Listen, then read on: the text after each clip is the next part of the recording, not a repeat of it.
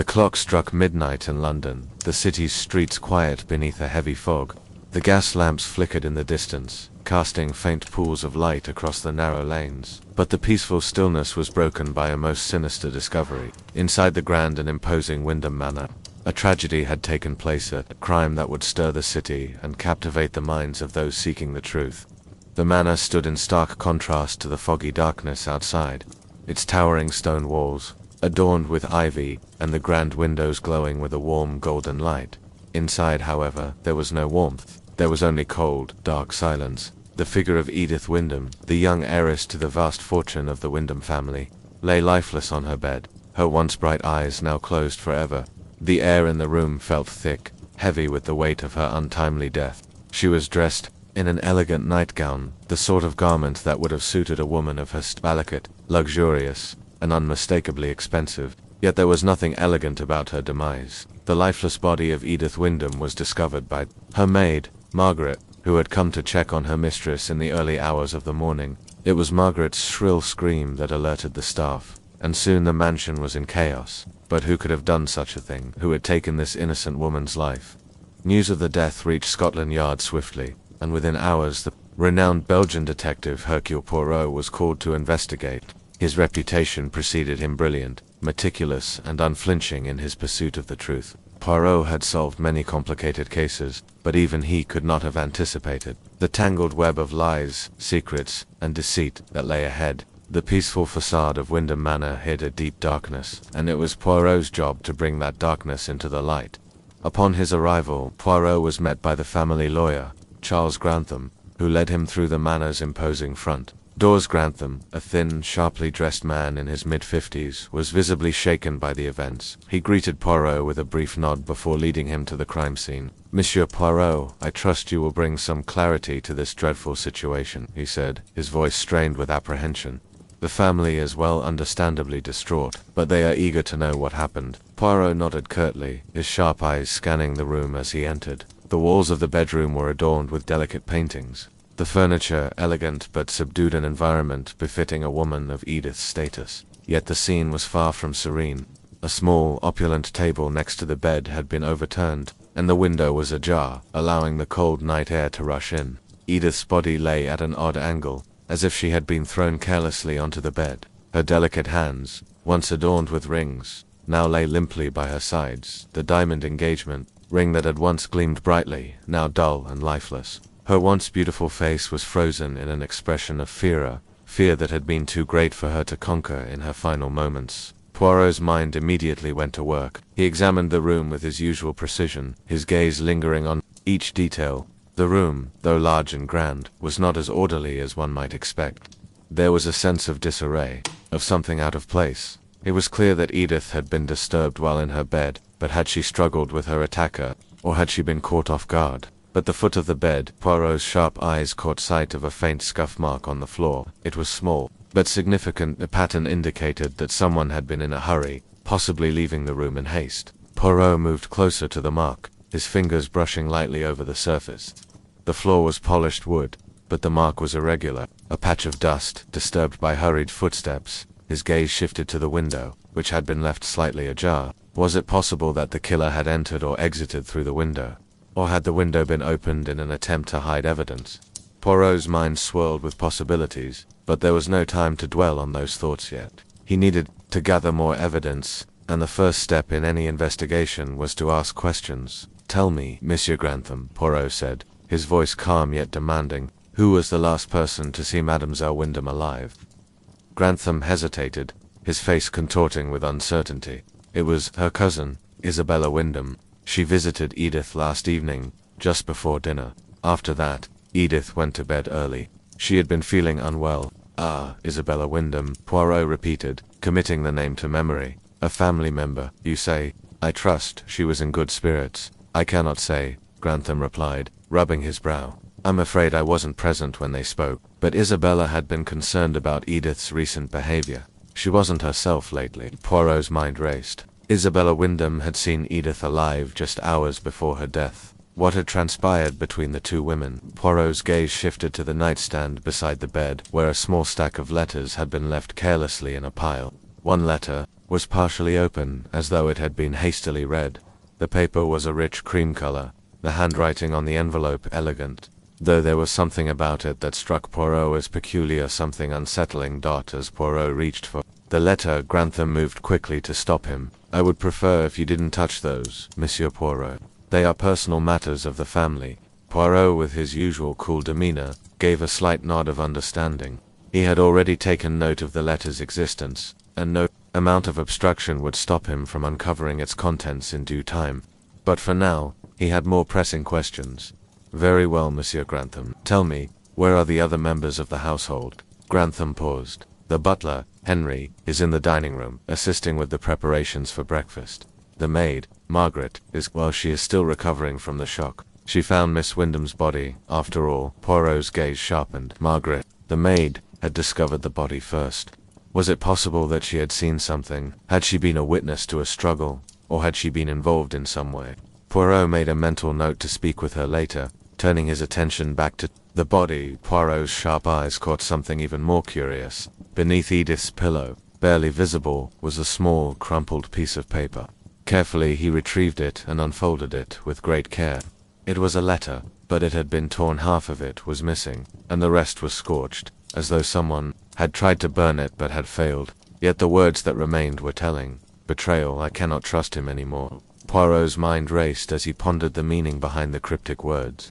Edith had been betrayed. Betrayed by whom? And why? Who was she referring to in her final moments? "I believe," Poirot said quietly, his voice measured, "that we have only just begun to uncover the truth. There are many questions, Monsieur Grantham, and many answers to be found. But for now, let us begin with the living, the people who knew Edith best." Poirot's investigation had begun, and the first clue, though small and seemingly insignificant, would set the stage for the unraveling of a complex mystery, one that would lead him into the darkest corners of Wyndham Manor, where secrets, lies, and betrayal awaited. The morning light crept into the grand dining room of Wyndham Manor, casting soft, amber rays across the polished wood of the table. The house had returned to a strange sense of order, but the air was thick with unease. The staff moved about with a hushed efficiency, their faces drawn and weary from the events of the previous night. Yet, despite the somber atmosphere, Hercule Poirot wasted no time in beginning his investigation. After a quick breakfast with Monsieur Grantham, Poirot was led to the family's sitting room, where he would begin his interviews. The first suspect on his list was Isabella Wyndham, the deceased's cousin, who had been the last person to see Edith alive. The maid, Margaret, had reported that Isabella had visited Edith the previous evening, shortly before Edith retired to her room. What had they discussed, and had Isabella noticed anything unusual in Edith's demeanor? Isabella was a striking woman in her late 20s, with sharp features and an air of quiet dignity. She greeted Poirot with a polite but guarded smile, her pale blue eyes betraying little emotion. She sat across from him in the sitting room, the dark wood of the furniture giving the space an old-world charm that contrasted with the modern world outside. The room smelled faintly of lavender, a fragrance that Edith had favored, but it felt strangely cold in its emptiness. "Mademoiselle Wyndham," Poirot began, his voice warm but purposeful, "I must ask you to tell me everything about the events of last evening. You were the last to see Miss Edith alive, I understand." Isabella nodded, folding her hands neatly in her lap. "Yes, Monsieur Poirot, I did visit Edith last evening. She had been feeling unwell, so I came to check on her. I only stayed for a short while, and she seemed quite tired. We did not speak for long." "Did she say anything unusual?" Poirot asked, his gaze fixed on her with the intensity of a hawk watching its prey. "Anything that might give insight into her state of mind." Isabella's gaze faltered for a moment, her lips parting as if she were about to speak. But then, she hesitated. She seemed to weigh her words carefully before replying. She mentioned that she was troubled, that there were things in her life she no longer trusted, but she wouldn't go into details. "Troubled? That is interesting," Poirot mused, his eyes narrowing. "Did she say who or what had caused her distress?" "No, she did not," Isabella answered, her voice even but her eyes shifting slightly. "She only seemed uneasy. I left soon after, as she wanted to rest." Poirot studied her face closely. Isabella's expression was composed, but there was something in her eyes, something not quite right. She had just hinted at Edith's state of mind, but the reluctance to provide further details raised questions. What was she hiding? Had she known more than she let on? Poirot suspected that Isabella was withholding something, though he could not yet put his finger on what it might be. I see, Poirot said softly, his tone unchanged. And after you left, did you speak with anyone else that evening? I spoke briefly with Henry, the butler, before retiring to my room, Isabella replied. We exchanged pleasantries, nothing more. Poirot noted the slight stiffening of Isabella's posture as she mentioned Henry. Could there be something more to that exchange than she was letting on? He made a mental note to speak with the butler later. Thank you, Mademoiselle Wyndham, Poirot said. I may need to speak with you again as I proceed with my investigation. For now, please, do not leave the premises. Isabella stood, offering a tight smile. Of course, Monsieur Poirot, I understand. As Isabella departed, Poirot's thoughts turned to the next individual he must question, Henry the butler. A man who had served the Wyndham family for years. He was known for his impeccable manners and steadfast loyalty, yet Poirot knew that appearances could often be deceiving.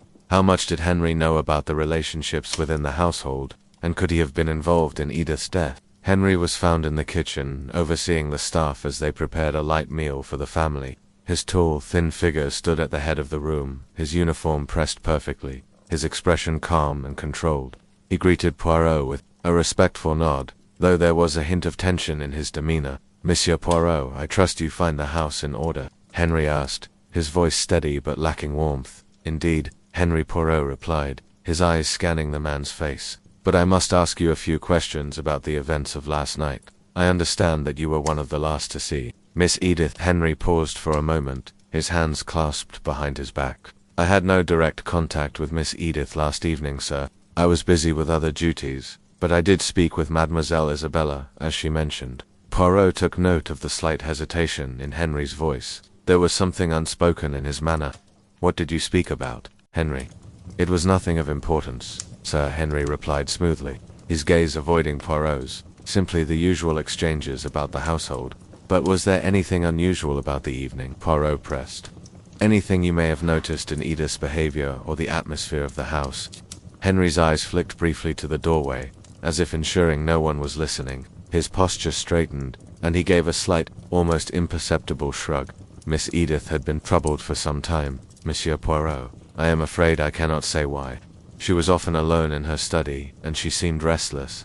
Restless, you say? Poirot asked, his voice taking on a more inquisitive tone. Did she confide in you? Did she say anything specific? Henry's expression tightened, and he shook his head. No, Monsieur Poirot. She did not speak much to anyone, least of all to me. But I noticed that she had a few late-night visitors, though I cannot say who they were. Poirot's mind raced. Late-night visitors. Was it possible that someone had been visiting Edith in secret?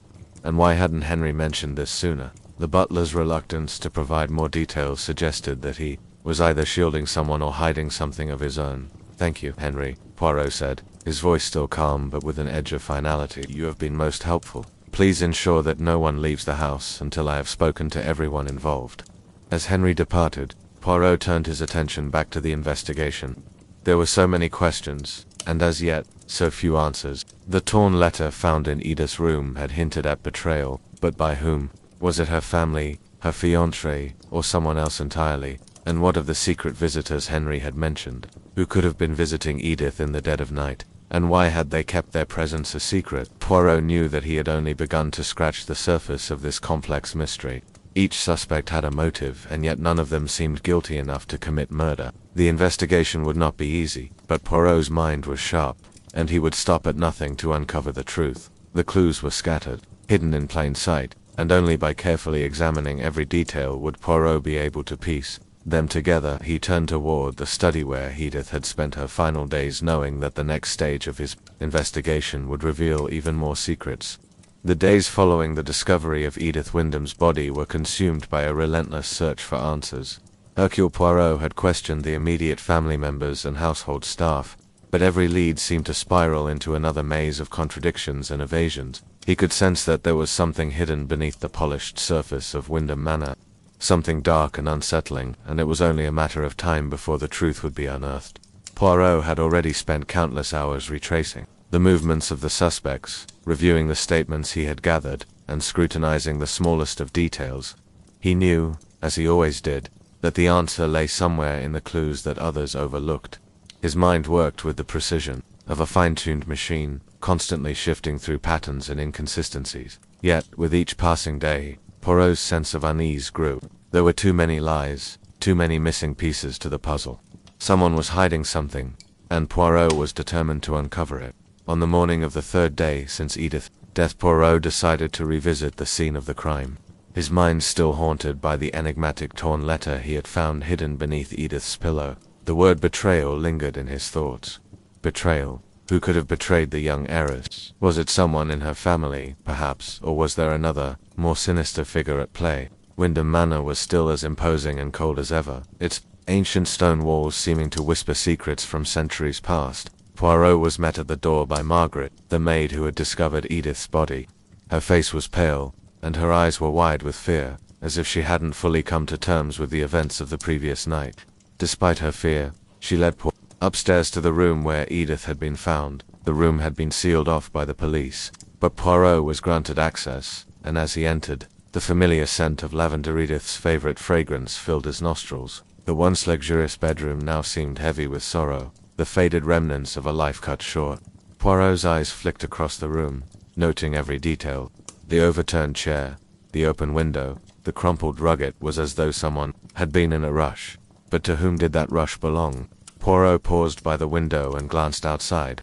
The view was beautiful, rolling green fields stretching out toward the horizon. But from this vantage point, he could also see the faint traces of footsteps leading into the garden below. Were they from the night of the murder, or had they been made earlier? Poirot's trained eye could discern the difference, and he stepped closer to the window, studying the patterns with a practiced intensity. The detective's thoughts were interrupted by the arrival of Isabella Wyndham.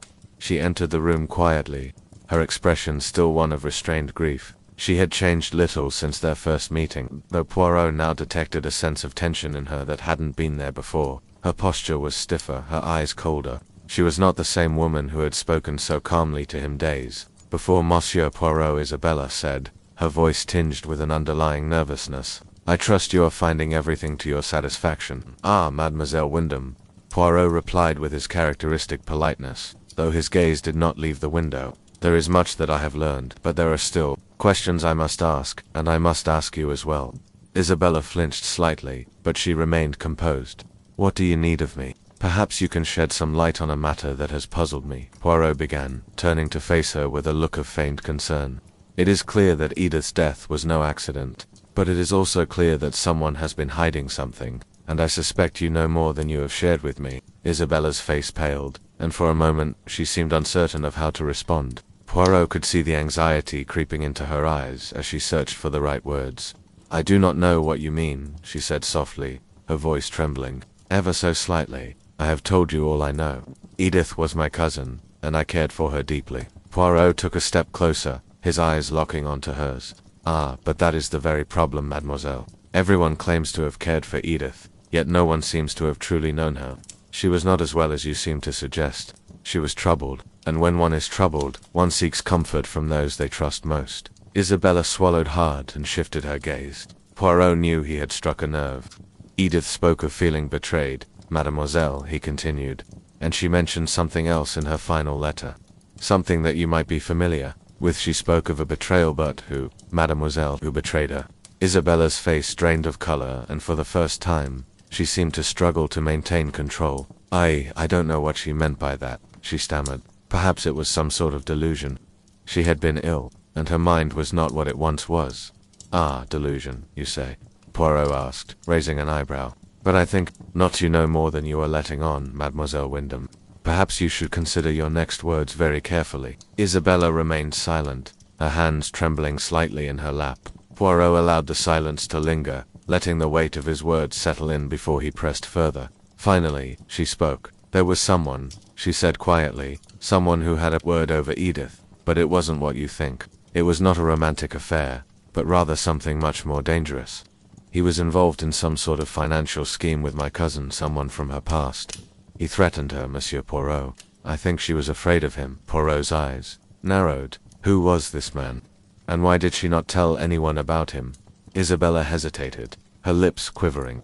I cannot say for certain, Monsieur Poirot. I do not know his name, but I know he was dangerous. Edith kept him hidden from everyone, even me. She was scared. She told me she had made a terrible mistake. Poirot's mind was racing. This man, this shadow from Edith's past, could he be the key to unlocking the mystery? Was he the one responsible for the heiress's untimely death? "Thank you, Mademoiselle Poirot," said softly. "Your honesty is appreciated. But I must know more. Please, think carefully. Who could this man be?" Isabella remained silent for a long moment, her gaze distant as if lost in thought. "I don't know," she whispered finally, "but I fear he may be connected to someone, much closer to me than I realized." Poirot studied Isabella carefully, his thoughts racing. She was hiding something, he could feel it. But what was it? And who was this mysterious man who seemed to be pulling the strings behind Edith's death? Before Poirot could question her further, the door opened, and James Carrington, Edith's fiancé, stepped into the room. His face was set in a grim expression, and his posture was rigid, as if he had been holding himself together by sheer force of will. He was tall, with dark hair and an aristocratic bearing, his appearance neat but unremarkable. He greeted Poirot with a stiff nod, his eyes briefly meeting Isabella's before he turned his attention to the detective. "Monsieur Poirot," James said, his voice low and measured. "I trust my fiancé is being cooperative." Poirot inclined his head politely. "Mademoiselle Wyndham has been most helpful, Monsieur Carrington, but there are still many unanswered questions, and I am certain that you, too, can shed some light on this situation." James's jaw tightened, and Poirot caught the brief flash of something in his eyes, something akin to anger or frustration. But it was gone as quickly as it had appeared. "I've already told you everything I know, Monsieur Poirot," James said. "I don't see how I can help any further." Poirot smiled slightly. "Ah, Monsieur Carrington, you see, that is precisely the problem. Everyone says the same thing. I've told you everything I know, yet, the more I listen, the more I realize that each of you is holding back something, and I intend to find out what that is." James looked at Isabella for a moment, his expression unreadable, before turning back to Poirot. "What do you want from me?" Poirot's smile deepened. "What I want, Monsieur Carrington, is the truth. And I believe you, like everyone else in this house, no more than you are saying." The tension in the room was palpable. Poirot had made his point, but the answers were still elusive. As he left the room, he couldn't shake the feeling that something much larger was at play, something that went beyond a simple murder. The web of lies was growing tighter, and as Poirot continued his investigation, he knew one thing for certain. Someone in Wyndham Manor was hiding the truth, and it was only a matter of time before they were forced to reveal it. The days following Poirot's confrontation with the Wyndham family grew colder, both in the literal sense as the winds from the sea began to chill the air, and in the emotional sense, as the tension within Wyndham Manor escalated. With each passing hour, the mansion seemed to grow more oppressive, its walls closing in around the investigation. The more Poirot learned about Edith Wyndham and her circle of acquaintances, the more he realized that the mystery of her death went deeper than he had initially thought. The next morning, Poirot decided to re-examine the scene of the crime in greater detail. While he had already scrutinized Edith's bedroom during his initial visit, the small clues he had uncovered, the scuff marks, the torn letter, the scent of perfume, had only served to deepen the mystery. What was missing? What could he have overlooked in the chaotic rush to understand the crime? The staff had continued their work under Grantham's supervision, but the atmosphere in the house had changed. No one spoke unless spoken to, and every glance seemed laden with suspicion. The staff no longer viewed Poirot as a mere outsider. He was their judge, their jury. If they were involved in any way with Edith's death, the detective would uncover the truth, and the weight of that knowledge pressed on them all. Poirot entered Edith's room once again, his footsteps light as he crossed the threshold. The room was unchanged from his last visit, though a fresh layer of dust had settled on the furniture. It was clear that no one had dared to disturb the space after Poirot's first examination. The heavy curtains had been drawn, cutting off the light from the outside world, and the room felt suffocating in its stillness. As Poirot stood by the window, examining the view once more, his mind began to race. What had he missed? What had Edith seen or heard before her death? The torn letter was crucial. Of course, betrayal had been the last word written by her hand. But who was the traitor in her life? And what could be the reason for such a violent end? Poirot's gaze shifted across the room, landing on the desk where Edith had presumably spent hours working. A pile of unopened letters rested near the lamp, untouched by the hands of the maid or anyone else. The letters were neatly stacked, their contents unread. Poirot's hand hovered over the top letter, and with careful precision, he slid it from The pile. At first glance, it seemed to be another mundane correspondence and invitation to a social gathering. However, as Poirot scanned the contents more closely, he realized something was odd. The letter was not addressed to Edith Wyndham, but to Isabella Wyndham, her cousin. The handwriting was unfamiliar, elegant but with a hurried, almost frantic, quality to it. Poirot's curiosity deepened, and he read the contents aloud to himself. Mademoiselle Isabella, I implore you to meet me as soon as possible. I cannot bear to be away from you any longer, and the time has come for you to make a decision. If you wish to maintain your family's reputation, you must act swiftly. There is too much at stake now, and the consequences of your indecision will be dire. You know what must be done. I will be waiting for you at the usual place. Yours in desperation, Art. Poirot paused for a moment, the letter's significance slowly sinking in. Isabella, desperation. The initial was a clue, but who could it be, and why was Isabella involved in this mysterious affair? His mind spun with possibilities. Was it possible that the family member most concerned with Edith's well-being had been keeping secrets of her own? Before he could make sense of it, was interrupted by the sound of footsteps in the hallway. The door creaked open, and in stepped Henry, the butler, with his usual stoic expression. He seemed surprised to see Poirot in the room, but his professionalism never wavered. Monsieur Poirot, Henry said, his voice smooth as always, but his eyes flicked nervously toward the desk where Poirot had been reading. I trust you are finding everything in order. Poirot lowered the letter carefully, tucking it back into the pile. Indeed, Henry, he said, his voice measured, but with a quiet intensity that could not be ignored. I find much of interest here. Henry shifted uncomfortably. If you need anything, sir, please do not hesitate to call for me. Poirot considered him for a moment, his sharp eyes piercing through the butler's polite facade. There was something about Henry that had always intrigued him. The man's stoic demeanor masked a certain tension beneath the surface, a tension that could indicate more than mere professionalism. Poirot knew from experience that when people became nervous, it was often because they had something to hide. I do have a few questions, Henry, Poirot said, turning his attention fully to the butler. I understand you were the last to speak with Mademoiselle Edith before her death. Tell me, what did you discuss? Henry's lips pressed into a thin line, and he was silent for a moment before responding. Monsieur Poirot. I did not have any direct contact with Miss Wyndham last evening. I was in the kitchen, preparing dinner. It was my usual task. Poirot raised an eyebrow. Ah, and yet Mademoiselle Isabella told me that you spoke with her briefly. Can you tell me about that conversation? Henry's expression faltered. For the briefest moment before he recovered, it was nothing, sir. We spoke only of the household, as we always do. There was no need for concern. Poirot's mind raced. Henry's evasions were starting to raise suspicion. Why was he so intent on concealing this conversation with Isabella? Was there something more to their relationship? And why had the butler's usual professionalism been replaced with this odd sense of unease? Very well, Poirot said finally, his tone softening. I will not keep you any longer, Henry, but remember your cooperation is essential. I will speak with you again. Henry gave a stiff bow, then left the room, leaving Poirot to his thoughts. The discovery of the letter addressed to Isabella had shaken Poirot's earlier assumptions. The connection between Isabella and Edith was far more complex than he had originally believed, and the mention of the mysterious only added to the growing list of suspects. Was Isabella hiding a romantic entanglement that had turned sour? Was she involved with someone who had an interest in Edith's fortune, or, perhaps, in silencing the young heiress for good? Poirot's mind turned toward the next phase of his investigation.